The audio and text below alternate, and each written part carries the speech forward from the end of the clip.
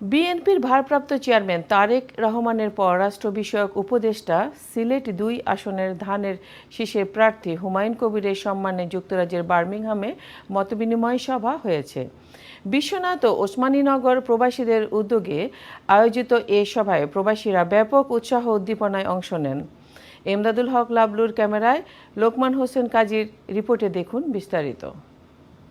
Chairman Tarique রহমানের পররাষ্ট্র বিষয় উপদেষ্টা ও বিএনপির আন্তর্জাতিক বিষয় সম্পাদক হুমায়ুন কবির আসন্ন জাতীয় সংসদ নির্বাচনে বিশ্বনাথ ওসমানীনগর নির্বাচনী এলাকা থেকে বিএনপির মনোনয়ন পাওয়ার প্রত্যাশা ব্যক্ত করে বলেছেন, তিনি নির্বাচিত হতে পারলে 50 দিনের মধ্যে ফ্যাসিস্ট আওয়ামী লীগের আমলে গুম ও নিখোঁজ হওয়া সিলেটবাসীর প্রাণপ্রিয় নেতা এম ইলিয়াস আলীর বিষয়টি প্রথমে গুরুত্ব বিবেচনা করে তার খোঁজখবর বের করার চেষ্টা করবেন।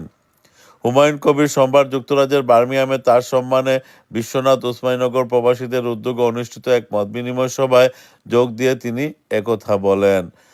তিনি ভবিষ্যতে প্রবাসীদের সক্রিয় অংশগ্রহণের মাধ্যমে এলাকার সামগ্রিক উন্নয়ন সম্ভব বলেও মত প্রকাশ করেন। সাবেক সংসদ সদস্য ইলিয়াস আলীও অনেক কাম করছে এই গেলা।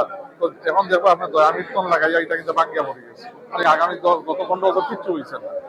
গ্রামগঞ্জ রাস্তাঘাটও যাতে আমরা বিগত মানে ঠিকঠাক করতাম পারি এবং আরো নতুন রাস্তাঘাট করতাম পারি যাতে মানুষের সুবিধা হয়, মানে চলাচল হয় এবং আমরা লোকাল একটা অর্থনৈতিক অঞ্চল করিয়া তুলতাম। হুমায়ুন কবির এই প্রথমবারের মতো যুক্তরাজ্যের দ্বিতীয় বাঙালি অধ্যুষিত বার্মিংহাম সফরে গেলে বিবিসি সেলিব্রিটি শেফ ও বিশিষ্ট ব্যবসায়ী আবুল হোসেনের নেতৃত্বে এলাকাবাসী সহ প্রবাসী বাংলাদেশি কমিউনিটির পক্ষ থেকে ফুলের তোড়া দিয়ে উষ্ণ অভ্যর্থনা জানানো হয়। পরে কমিউনিটি নেতা আলী হেলালের সভাপতিত্বে ও বার্মিংহাম সিটি বিএনপির সাবেক সম্পাদক আবদার হোসেনের সঞ্চালনায় অনুষ্ঠিত মতবিনিময় সভায় অন্যান্যদের মধ্যে বক্তব্য রাখেন যুক্তরাজ্য বিএনপির যুগ্ম সম্পাদক নাসিম হোসাইন, সাংগঠনিক সম্পাদক মুসাইদ তালুকদার, কমিউনিটি নেতা Abdul Latif JP, Faizuddin MB, West Midland বিএনপির সাবেক সভাপতি সৈয়দ জমশেদ আলী, কাজী আঙ্গুর মিয়া, সাদেক সুলতান মসুদ, সাবেক কাউন্সিলর আব্দুল খালিক সহ অন্যান্যরা।